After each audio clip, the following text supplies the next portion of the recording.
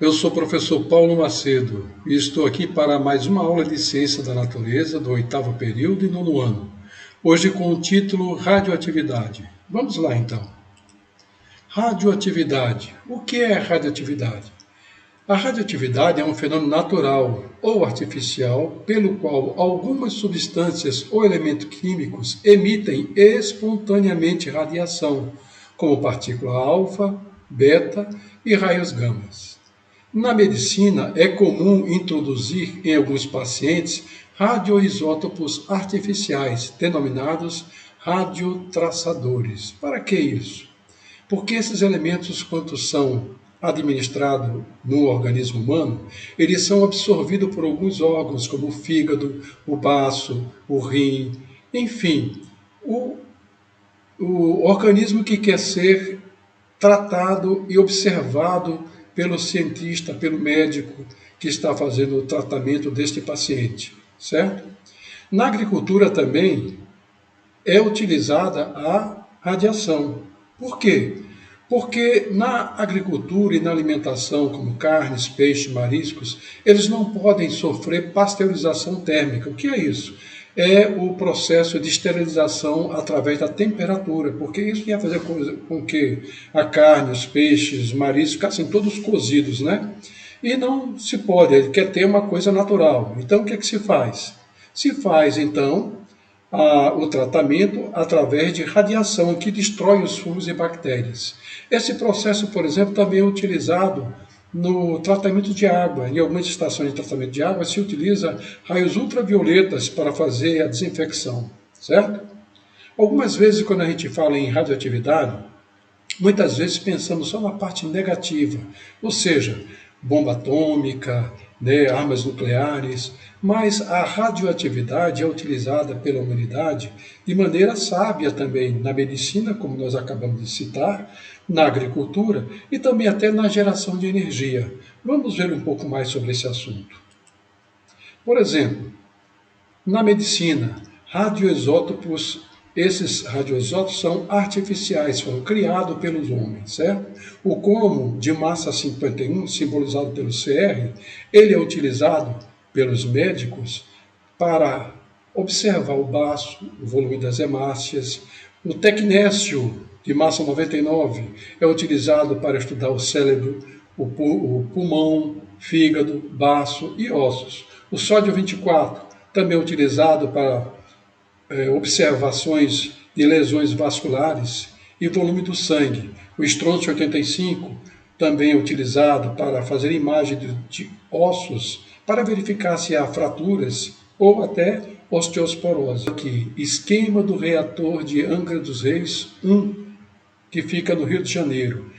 O reator, que é esse recipiente bem grande aqui, que é o reator, ele contém aqui alguns vasos, e nesse vaso tem esse líquido amarelo, que na realidade é água pesada, e essa água pesada serve para receber o calor que ocorre aqui nesses bastões, que na realidade são barras, né, radioativas, onde há a interação de um elemento químico com o outro, e então há uma reação química, uma reação radioativa, onde há grande quantidade de energia liberada. Então, isso aqui ferve e vem numa água, aqui no tanque com água comum, ferve essa água comum vem para uma turbina, que é uma espécie de catavento, vamos dizer assim, dentro de um painel todo fechado de metal, né, que toca nessas palhetas e faz ela rodar com tanta velocidade que ela gira, então,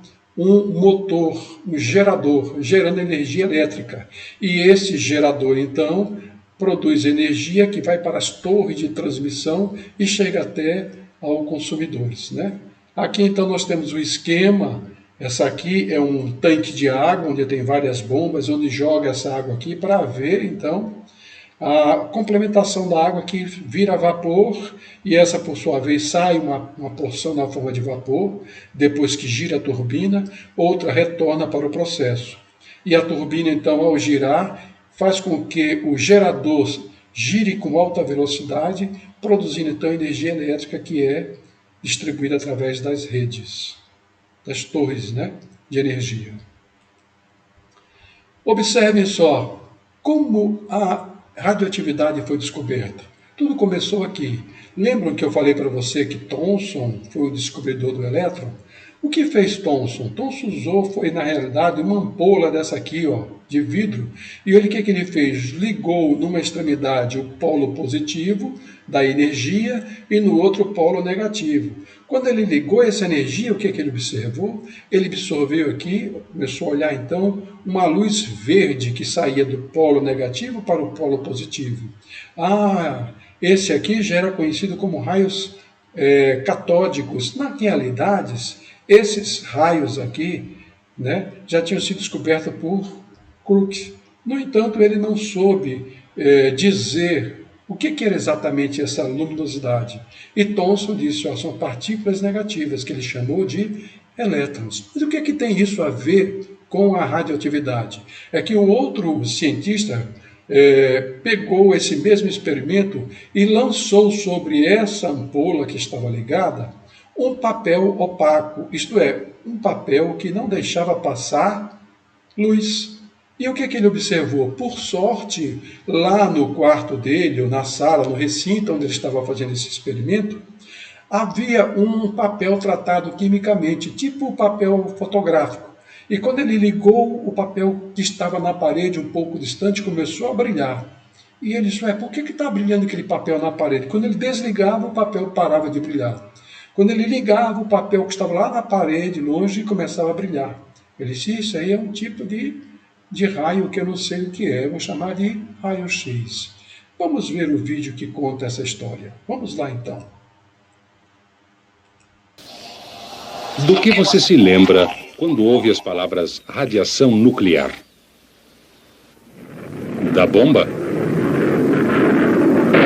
Ou de nuvens em forma de cogumelo? Talvez tenha visões de lixo nuclear destruindo o ambiente por vários séculos. Você já notou que a radiação nuclear faz parte da experiência humana desde o início dos tempos? As pessoas não percebiam porque os nossos sentidos não conseguem detectar a radiação nuclear. Se de alguma forma pudessem modificar a sensibilidade dos olhos, perceberiam que ela era emitida por certos tipos de rochas e até certo ponto por todos os seres vivos, incluindo o homem. Foi em meados do século XIX que uma série de eventos revelou ao homem que a radiação existe. Quando Wilhelm Röntgen começou a estudar esses raios, fez uma descoberta extraordinária. Ele estava fazendo experiências com um tubo de raios catódicos altamente evacuado e coberto com papel opaco. Por acaso, perto do aparelho havia um papel tratado quimicamente. Quando o tubo de raios catódicos foi ligado, o papel começou a brilhar. Mas o brilho desaparecia assim que o tubo era desligado. Röntgen concluiu que raios misteriosos estavam sendo emitidos pelo tubo de raios catódicos. Ele os chamou de raios X. Becquerel preparou outra experiência com sulfato de potássio uranila. Deixou a experiência de lado. Como o céu permaneceu encoberto durante vários dias, já impaciente, decidiu revelar as chapas a si mesmo. Para sua grande surpresa, elas estavam muito expostas. Mais tarde ele verificou que no sulfato de potássio uranila, o metal urânio parecia ser a fonte dos raios Becquerel. Marie Curie descobriu que o elemento tório também emitia esses raios. Juntamente com seu marido Pierre, Marie começou com uma enorme pilha de minério de pechblenda e desenvolveu um processo laborioso para extrair quantidades muito pequenas de dois novos elementos que eram emissores potentes de raios Becquerel. Eles denominaram esses elementos polônio e rádio. Foi Marie Curie quem inventou a palavra radioatividade. Então você veja que Röntgen, ele fez essa descarga elétrica naquele tubo de vidro que mostra aqui no vídeo, né? Ele também no slide atrás. E lá dentro desse tubo não havia gás, na realidade havia muito pouquinho gás, que ele chama de um gás rarefeito ou de baixa pressão. Essa ampola, então, ele notou que saía radiações que manchavam as películas fotográficas. Essa radiação ele chamou de quê? De raio-x, certo? Aí depois, então, o Becquerel, ele pegou o sulfato de urânio e achou que esse sulfato de urânio podia emitir também partículas, ou melhor, podia emitir radiação raio-x. E botou ele, então, guardado dentro de uma gaveta, né, com um papel de fotográfico. No entanto, o que ele observou? Que, na realidade, ele não precisava ligar uma ampola que fazia o papel brilhar, como fez Roentgen. Na realidade, ele via que esse material sozinho emitia raios que ele chamou de Becquerel. E depois, então, Maria Curie, que é essa senhora aqui, com o seu marido, o Pierre, descobriram, então, dois novos elementos que emitiam esses raios que Becquerel chamava de raios Becquerel. Na realidade, ela chamou de radioatividade, o que era o polônio, que era o rádio, que eles descobriram, né? E o urânio, que emitia também essa radioatividade que Becquerel havia descoberto. Assim, então, foi descoberta a radioatividade por Becquerel e Marie Curie, que deu nome aos raios que saíam desses elementos químicos, chamou de radioatividade. Vamos à frente. Para caracterizar, então, as radiações que saíam deste material, Rutherford, lembra de Rutherford? Aquele cientista que fez o modelo atômico com elétrons girando em torno do núcleo? Pois é, ele achou muito interessante esses materiais que Marie Curie descobriu, como o polônio e o rádio, e pegou um pouco do polônio e botou aqui dentro de um bloco de chumbo. E deixou só um orifíciozinho de uma placa para sair a radiação. Quando esse raio, essa radiação que ele não via a olho nu, passava, mas ele sabia que existia, porque ele botou aqui uma chapa fotográfica e ela começava a manchar, porque batia os raios que saíam desse elemento radioativo, que eles já sabiam que emitia radiação. Ele queria saber como era essa radiação. Então ele botou um polo positivo aqui e um polo negativo aqui. E começou a observar que a radiação, parte dela, se desviava e batia na parte de cima, que ele chamou de raios betas, e disse, esses são negativos. Por quê? Porque polos negativos são atraídos pelo polo positivo. Então por isso que esses raios subiam, porque aqui tinha um polo positivo, o raio sendo negativo subia. Já aqui, certa quantidade de raio descia, porque era atraído pelo esse polo negativo aqui, desse campo magnético. Ele disse, então, esses raios aqui, eu vou chamar de raio alfa, é positivo. Então ele chamou raio alfa, porque ele batizou assim, e disse que era positivo. Chamou de raio beta e disse que era negativo. E o que passava no meio e não sofria desvio nenhum, ele chamou de raios gamas. Assim, Rutherford concluiu que o raio alfa é o quê? Positiva, partícula positiva. A partícula beta era o quê? Negativa. E o gama não tinha carga elétrica, ok? Gama é aquele filme do Hulk, lembra? Onde tem os raios gamas? Pois é, esse mesmo tipo de raio que o pessoal usou para criar o Hulk. Bom, mais tarde, então, eles começaram a fazer teste para ver qual era o potencial de penetração que tinha essas partículas alfas, beta e gama, porque começou a se observar que as pessoas que trabalhavam com esse material radioativo começavam a ficar doentes com muita facilidade. Eles começaram a observar que as partículas alfas eram bloqueadas até por uma folha de papel. No entanto, as partículas beta já passavam por dentro do organismo e causavam dano aos órgãos internos, né? Causando câncer e outras coisas ruins. No entanto, essas partículas betas também poderiam ser bloqueadas através de uma, vamos dizer assim, parede de madeira, né? Uma tábua. No entanto, a partícula gama atravessava as pessoas, atravessa a madeira, atravessa muita coisa, só é bloqueada pelo material chumbo e o concreto, desde que a parede também seja uma parede boa, bem grossa, senão não bloqueia. Por isso que a bomba atômica cria muitos danos. as pessoas, mesmo aquelas que estão abrigadas no subsolo, as partículas gamas, ou seja, essa radiação gama, né, que não tem carga positiva e negativa, ela atravessa, né, o chão, o material, e chega até as pessoas e começa a queimar seus órgãos internos. Observe aqui tem uma ilustração de uma área que foi afetada por uma radiação. Observe, se aqui vive uma pessoa, essa pessoa vai ter problemas com a radiação gama que vai passar através dele, e essa radiação gama vai começar a produzir mutações genéticas. O que é isso? Vai mudar o DNA dele. Ele vai deixar de ser humano, vai começar a nascer 4 ou 5 braços nele, a cabeça dele vai aumentar, os filhos dele vão ser tudo aleijado. Isso mesmo que ele se proteja de alguma forma, se alimentar da carne ou do leite dos animais que aqui estão, ele vai também ter essas mutações genéticas.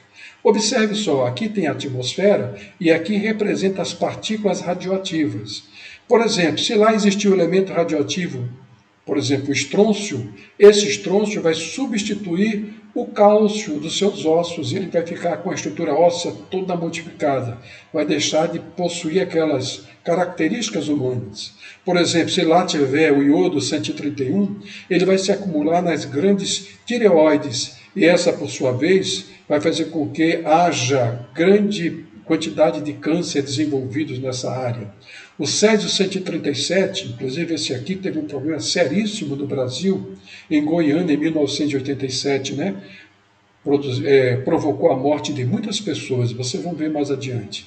Ele substitui o potássio nos tecidos vivos, porque a nossa carne, o nosso organismo, tem muito potássio, né? E esse potássio, então, é substituído pelo césio, e ele começa, então, a sofrer desenvolvimento de tumores malignos, cancerígenos, e a mutação genética certamente acontece. Observe só aqui, os perigos da radiação. Isso aqui, houve um acidente em Chernobyl, que aconteceu em 26 de abril de 1986, na usina nuclear localizada na Ucrânia. Observe essa criança. Essa criança deixou de ter as características humanas. Olha só o que aconteceu aqui na região lombar dele, ó. E as perninhas dele, ó, os braços, ó, todos tortinhos. Olha esse outro aqui, ó, tadinho. Olha a cabecinha dele como é que ficou, né? Ficou, ó, o bracinho dele, ó, completamente disforme, certo? Então, devemos ter cuidado com materiais radioativos. Acidente radioativo em 1987 no Brasil, ocorreu em Goiânia, lá em Goiás. Segundo a Comissão Nacional de Energia Nuclear, a CNEM, algumas pessoas morreram em decorrência da radiação do Césio 137 em Goiânia. Outras centenas foram afetadas. O trabalhador exposto à radiação explica ainda que muita gente que esteve no local do acidente hoje tem problemas cardíacos, câncer e até distúrbio mental. Eu estou pedindo para vocês, nesse trabalho aqui, nesse vídeo no final, peço para vocês fazerem um trabalho sobre esse acidente que ocorreu aqui no Brasil. Observe essa criatura, ele teve contato com esse césio. Observe, houve uma mutação genética nele aqui, olha, a mão dele, ó, além de ser toda atrofiada, ele perdeu por parte dos dedos e houve queimaduras seríssimas. Olha esse outro aqui, ó, também, ó, o que é que houve a mão dele aqui? Olha o dedo dele, está faltando aqui um pedaço do dedo, tá vendo? Olha a mão dele aqui, ó, desenvolveu um tumor aqui na mão, certo? Em 1945, os Estados Unidos lançaram a bomba atômica sobre Hiroshima. Ela tinha 7 quilos de urânio, olha só, 7 quilos, mas tinha um poder destrutivo equivalente a 20 mil toneladas de TNT, um explosivo altamente potente, que provocou a morte imediata de aproximadamente 100 mil pessoas. 3 dias depois, foi lançada outra bomba atômica, só que dessa de polônio, sobre a cidade de Nagasaki, resultando na morte imediata de 20 mil pessoas. Aqui tem uma foto de uma explosão. Vocês vejam só, além dessa bomba, dessa bola de fogo que ela forma, a explosão de uma bomba atômica, ela cria primeiro uma onda de choque, isso é, um furacão, que arranca as casas de lugar, destrói os prédios, arrasta tudo, e depois vem a bola de fogo que derrete tudo. Para você ter uma ideia, numa área de aproximadamente 800 metros, 1000 metros, a ferragem das casas, das torres, das pontes, são todas derretidas pelo calor. Imagina as pessoas vaporizadas, certo? E depois vem o quê? A radiação, que vai atingir as pessoas durante 1000 anos, dependendo do tipo de radiação e da intensidade. Ok? Então, vamos ver o que vai acontecer aqui. Olha só, sequência da explosão de uma bomba atômica. Raios, gama e calor. É a primeira coisa que tem aqui, ó. Centro da explosão. Observe que a cidade está aqui. Observe que a bomba não explode batendo no chão. Ela explode a aproximadamente 1 quilômetro de altura do chão. E o que acontece? Ela provoca um deslocamento de ar, então vai varrer tudo isso aqui. Olha só, os prédios começam tudo a cair. Depois há a formação da bola de fogo. E o que acontece então? Derrete tudo. Observe que os prédios sumiram, certo? Tem a onda de choque. E depois há a formação da nuvem de cogumelo, né? Essa nuvem de poeira aqui vai subir e soltando o quê? Radiações gama, que vai queimar, destruir as pessoas e toda a vida que existe aqui.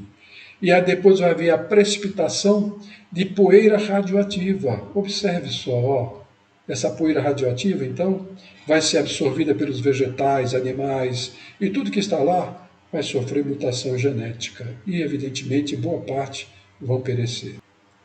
Então, aqui eu tenho um exercício, peço para vocês fazerem uma pesquisa sobre o acidente radioativo que ocorreu no Brasil, em Goiânia, em 1987, que deve ser pesquisado em livros, internet ou outras fontes. O trabalho deve conter no mínimo 15 linhas e no máximo 30 linhas. O trabalho deve ser feito com caneta azul ou preta. Não use grafite. E deve conter o cabeçalho da escola, nome do aluno e série. Obrigado pela atenção. Bom estudo.